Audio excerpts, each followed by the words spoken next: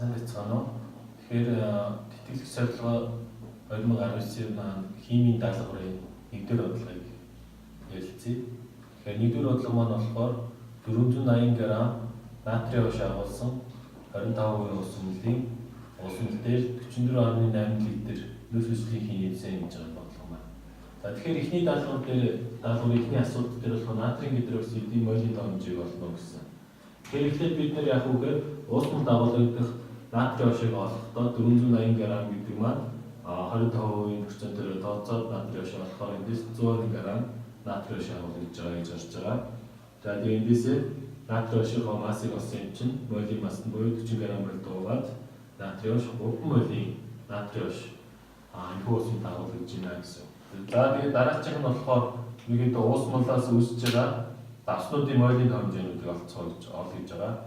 Тэгэхээр уралд орж байгаа нүс хүчлийн молийн хэмжээг олохын тулд 44.8 литрийг 22.4 литр мойлд уугаад нүс хүчлийн хий тэгэхээр 2 моль нүс хүчлийн хий натрийн гидроксидтэй уралд орсон гэсэн үг.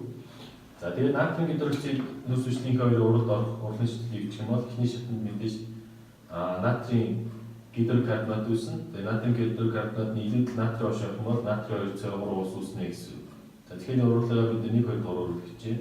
За эндээсээ тэгээд натрий ош нүс хүчлийн хий молийн хэмжээ харахаар уусаа натрийн гидроксид маань илүү байгаа. 3-2 харьцаатай. Тэгээд эндээсээ яг үгээр нэгдүгээр уралд орсон натрийн гидроксид олох юм бол мэдээж урлагийн зэшлэлээс 1-1 харьцаатай байгаа учраас натрий ош 2 моль уралд орно гэсэн. Харин нэгдүгээр уралд орохгүй үлдэх буюу 2 дугаар уралд орох натрийн гидроксидыг олох юм бол анхны нээдээс натрийн гидроксидоос уралд орсон хэмжээгээс 1 моль натрий ош 2 дугаар уралд орно. Тэгэхээр 2 дугаар уралд орж байгаа натрий ошийн хэмжээгээр натрий 2CO3-ийн харьцаатай үүснэ гэсэн үг. Тэгэхээр эндээс натрий 2CO3 буюу дундын давсны молийн тоо хэмжээ 1 моль байх нэ. Харин дараагийн хэсгээр болохоор хүчлэг давсны гэж байгаа. Хүчлэг давсхээр бидний натрийн гидрокарбонаттай гэж байна гэсэн үг. Тэгэхээр натрийн гидрокарбонат маань юутай тэнцвэр өгөхөөр энэ урал дээр маань 1-1 харьцаатай болж байна. Уралд орсон нүс хүчлийн хий мөн нэгдүгээр уралд орсон натрий ошийн хэмжээтэй тэнцүү байна. Тэгэхээр эндээсээ натрийн гидрокарбонатын моль маань 2 моль болно гэсэн. За тэгээд эцэст нь болохоор 500 мл буюу 1.5 литр уусмал дагуулгадах дундын давсны концентрацийг олгож байгаа. Тэгэхээр дундын давс маань натрийн карбонатын молийн хэмжээг болохоор бид 1 моль олгосон. Тэгэхээр натрийн карбонатын молийн хэмжээг уусмалын нийт эсэлхэн буюу 1.5 литрт хуваагаад эндээс 2 молийг байх литр буюу 2 молийн усанд байжээ гэж гарч ирж байгаа. За ингээд нэгдүгээр бодлого маань хувьд болчихжээ. Хоёрдугаар бодлогын хувьд болохоор бид натрийн хлорын электролизийн бодлого байгаа. Тэгэхээр натрийн хлорын электролизийн бодлого эхлээд бид урлын шилжлээ явуучих хэрэгтэй. Тэгэхээр натрийн хлорын уусмал дотор юу агуулгадах вэ гэдэг. Тэгэхээр натрийн хлорын уусмал дотор бол натрий нэмэгц зэнэгтэй ион, отрогчийн ион, хлорид ион, гидроксид ион гэсэн уусмал оршино. Эндээсээ электролиз явуулахад катод дээр буюу хацх зэнэгтэй электрод дээр отрогчийн ион төрүүлж натриас төрүүлж очно гэсэн үг. Отрогчийн ион төрүүлж очиж ерөнхийдөө ангижраад электроныг авч ангижраад отрогчийн хэвээр буюу H2 болж үүснэ. Харин OH хлорид ион хоёроос болохоор хлорид ион төрүүлж анод дээр очиж эсэлдэх уралд ороод хлор хоёрын хий үсгээд электроныг 2 электроныг алдна. Тэгээд эндээс энэ хоёр маань 2 электроны шилжилттэй байгаа учраас 1-1 харьцаатай.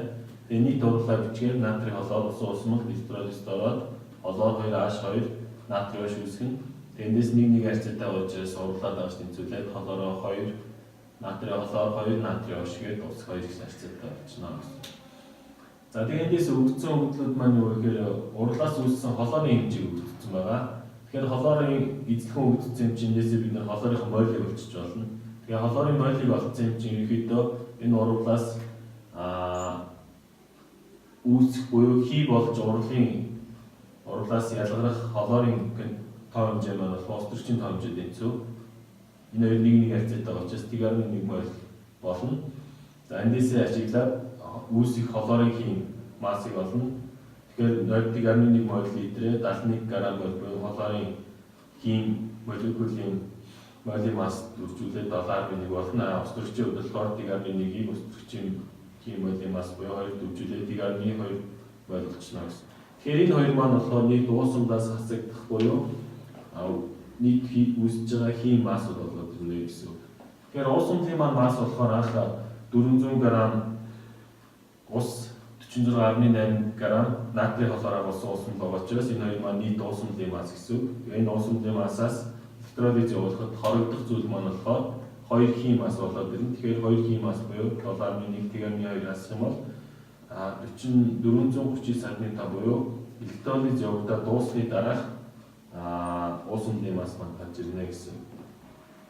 За эндээс электролизийнхаа явж дуусны дараах үлдэх натрийн хлорын буюу давсныхаа хэдүүлээ массыг олно. Тэгэхээр эндээс натрийн хлор маань болохоор уралд 2-1 харьцаатайгаар хорлолттой уралд буюу эндээсээ натрийн хлорын тоо хэмжээг олох юм бол Т-2 мол болно. Тэгэхээр энэ маань бол уралд орсон гэсэн үг. Электролизийн уралд орсон натрийн хлоридын тоо хэмжээ болж байна. Тэгэхээр электролизийн уралд орсон натрийн хлоридын массыг олох юм бол 58.5-аар тооцоод 11.7 г натрийн хлор электролизд орсон гэсэн үг. Харин электролизд орохгүй үлдсэн хэмжээг олох юм бол мэдээж анхны 46.8-аас уралд орсон хэмжээг асаад 35.1 г натрийн хлор уусмал үлдсэн байгаа. Тэгээ энэ үлдсэн натрийн хлоридын процентийн концентрацийг олох юм бол мэдээж 35.1-ийг электролизийн дараах уусмалын масстайгаа 100-аар үзүүлэх юм бол за энэ ойролцоогоор 8% натрийн хлор агуулсан уусмал үлджээ гэсэн. За энгийн хоёр дахь бодлого маань болж байна. Дараагийн 3 дахь бодлого маань болохоор тэнцвэрийн бодлого байгаа. Энд дээр яасан бэ гэхээр 2А хийбэдэс Б-д уралд ороод 2C гэсэн хийбэдсийг үүсгэсэн. За уралын үед тэнцвэр тогтсны дараах бодисуудын концентрац болохоор А бодисыг Т-5, Б-ийг Т-4, C-ийг Т-2 өгсөн. Тэгэхээр энэ маань тэнцвэрийн концентрацууд үүдсэн юм чинь бид нэр шүү. Энэ урлагийнхаа тэнцвэр тогтнолыг илэрхийлэх хичээл C квадратыг хуваах нь A квадрат болон өөрчлөлтийн Б-ийг эндээсээ энэ тоо өнгөлүүдэд орлуулад бодохоор Т-2-ийн квадрат хуваах нь Т-5-ийн квадрат Т-4-гээд эндээс К-ма 4 гэж гарч ирж байгаа. Тэгэхээр энэхүү урлагийн тэнцвэрийн тогтнол маань 4 байна гэсэн үг. За тэгээд дараачих нь юу гэхээр А, Б гэсэн бодисуудын анхны концентрацийг олох байгаа. Тэгэхээр анхны концентрацийг яаж олох вэ гэхээр А бодисын тэнцвэрийн концентрац нь Т-5, Б бодисыг Т-4, C-ийг Т-2 өгөгдсөн.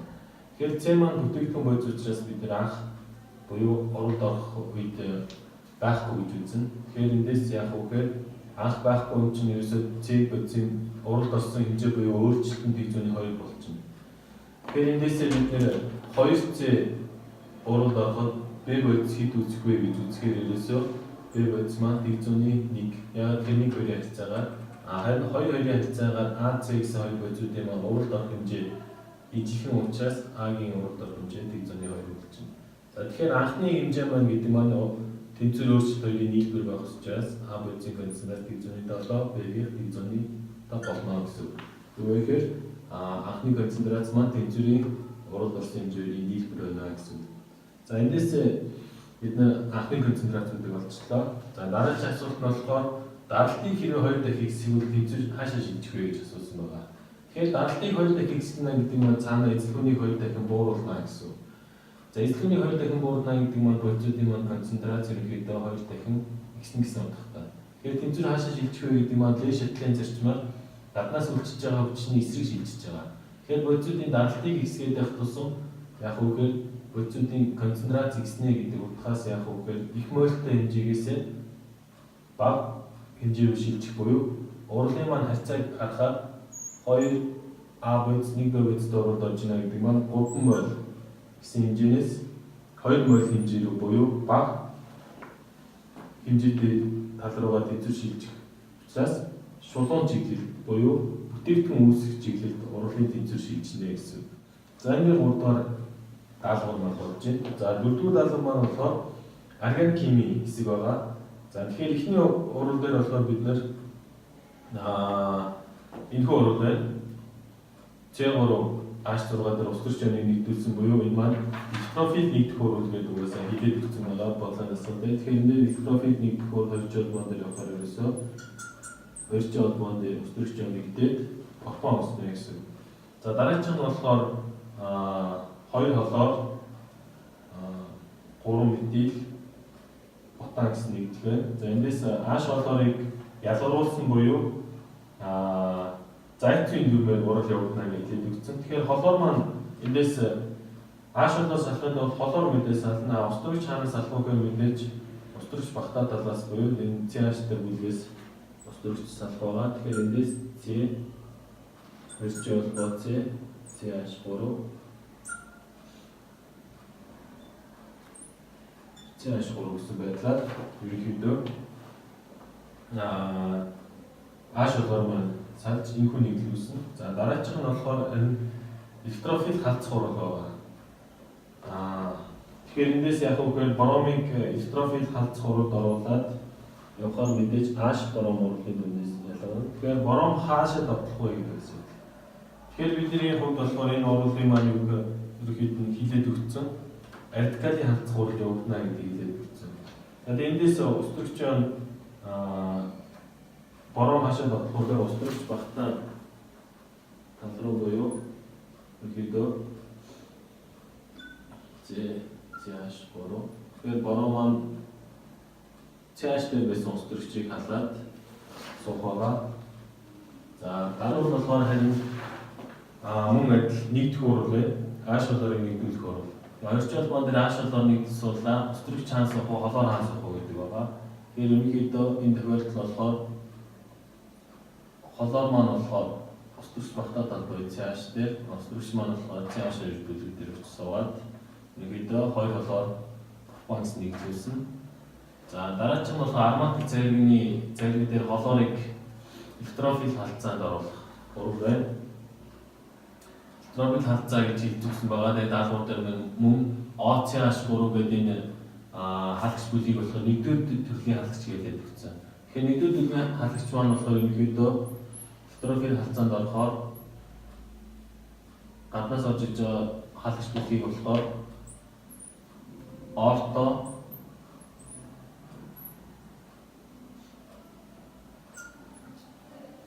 эсвэл пара чиглэлд шийдвэрлэх байгаа. Тэгэхээр энэ дасгалын хувьд бол ерөнхийдөө аль ч урлагийг бичсэн зөвшөөрнө. Орто байна, пара байна. Мөн яг үгээр орто, пара дээр мэдээж холоорыг болохоор илүүдээр нэмж өгөх юм бол мэдээж иймэрхүү байдлаар холоор яг орто, пара гэсэн байдалтай суулж өгөх байгаа. Ерөнхийдөө бол аль ч бүтээгдэхүүнийг бичсэн зөвшөөрөх ерөнхийдөө нуурлыг тооцсон байгаа.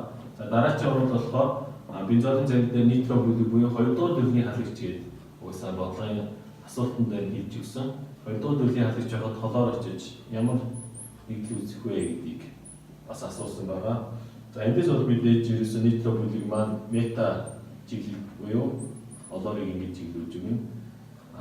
Нөгөө талаар яг мэдээж холоор дахиад илүүдээр үйлчлэх юм бол холоор гэсэн байдалтай. Тэр хоёрын алийг бичсэн ерөөдөө хүлээн зөвшөөрнө гэсэн. За органик хэсэг маань ингээ болцсон. Ерөөдөө уралууд нь дандаа электрофил халдцаа нэгдэх уралуудыг байсан байгаа. За төгсгөлийн 5 дугаар урал болохоор ерөөдөө урлагийн кинетик буюу урлагийн хурдны тогтнолыг тооцох тухайн бодисуудын ирэмбийг олох бодлого байгаа. Эндээс юу өгсөн бэ гэхээр биднэрт А, Б бодисын концентрацуудыг өгөөд анхны хурдуудыг өгсөн. Жишээ нь 1-р туршилт болохоор 1.6 мол А бодис, 1.3 мол Б бодисыг авахд урлагийн хурд нь 12.6 байна гэдэг. 2-р туршилтын болохоор 1.2, 1.3 авахд урлагийн хурд 1.4 гэдэг. За тэгэхээр бид нар урлагийн яг үгээр тухайн бодисуудын өөрсдийнх нь тухайн ирэмбийг олох хэрэгтэй байна. Эндээс яаж олох вэ гэвэл чинь А бодисын ирэмбийг олох юм бол Б бодисын концентрацийг өөрчлөөгүй А-гийн концентрацийг өөрчилсөн урлагийн хурдуудыг хоорондоо харьцуулж үзнэ. Тэгэхээр энэ тохиолдолд 1-2 дугаар урлагийг харьцуулах юм бол А-гийн урлагийн ирэмб хоёр ирэмбийг болж болно. Тэгэхээр 1-2 дугаар урлагийн ирэмбийг зөвлөх юм бол чинь К үздэг нь А-гийн X зэрэг бид нар мэдээж ирэмбийг мэдэхгүй учраас X гэжээ. B-г болохоор B-гийн Y гэдэг. За ингээд 1-2 дугаар урлагийг харьцуулах юм бол мэдээж эндээс урлагийн хурдын тогтнол хуваагдана. За дээрээс тоохоор бол T-гийн 6-гийн X зэрэг, T-гийн 3-ийн Y зэрэг болж байна. 2 дугаар урлагийн туршилтын хувьд болохоор T-гийн 2-ийн X зэрэг, T-гийн 3-ийн Y. За энэ урлагийн хурдуудаа харьцуулаад авах юм бол 12.6 1.4 хуваахаар 9 эндээс болохоор бид нэр T-3 T-3 хураагдахаар эндээс 3x тэнцүү 9 гэдэг харин болж байна. Тэгэхээр x маань 2 гэсэн үг. Тэгэхээр A бодисын тухай иргэн баг 2 дээр тэнцүү байна гэсэн. За дараачих нь B бодисыг олохын тулд мэдээж A-гийн концентрацийг өөрчлөөгүй буюу 1/3 доор урлагийг аваад үзчихин. Үүний 3 доор урлагийг аваад үзэх юм бол ерөнхийдөө T-6-гийн x T-3-ийн y-ийг хуваах нь T-6-гийн x T-1-ийн y болоод тэрнтэй. За эндээс болохоор А бодисын концентрацийг өөрчлөөгүй учраас хураагдаад ерөөсөө эндээс 3y тэнцүү 3 дахь тэнцүү буюу y тэнцүүнийг гаргаж ирнэ гэсэн үг. За тэгэхээр бид нэр тухайн иргэнүүдийг олсон юм чинь энэхүү урвалын нийт иргэнбийг буюу ерөнхий иргэнбийг болох юм бол мэдээж x y-гээд тухайн иргэнүүдийн нийлбэр байх ёстой. Тэгэхээр 2 1 гэсэн нийлбэрээр энэхүү урвалын маань нийт иргэн маань 3 дахь тэнцүү байна гэсэн үг. Тэгэхээр энэ нэг юм. За ингээд иргэнүүдийг олсон юм чинь бид нэр урвалын хурдны тогтнолыг олж болно гэсэн үг. Тэгэхээр тогтнолыг олохдоо эхний энэ 3 урвалын хурд мэдэгдэж байгаа, концентрац мэдэгдэж байгаа дурын урвал дээр тавиад тогтнолыг олж болно. Яг тэгэхээр тогтнол маань бид нэр тогтнол хэмжигдэх учраас бид нэр хураагаар авч учраас нэг л хариу гарна. Тэгэхээр жишээ нэгдүгээр урвал дээр оруулах юм бол 12.6 тэнцүү К гүйцэтгэн T-6-гийн квадрат болно.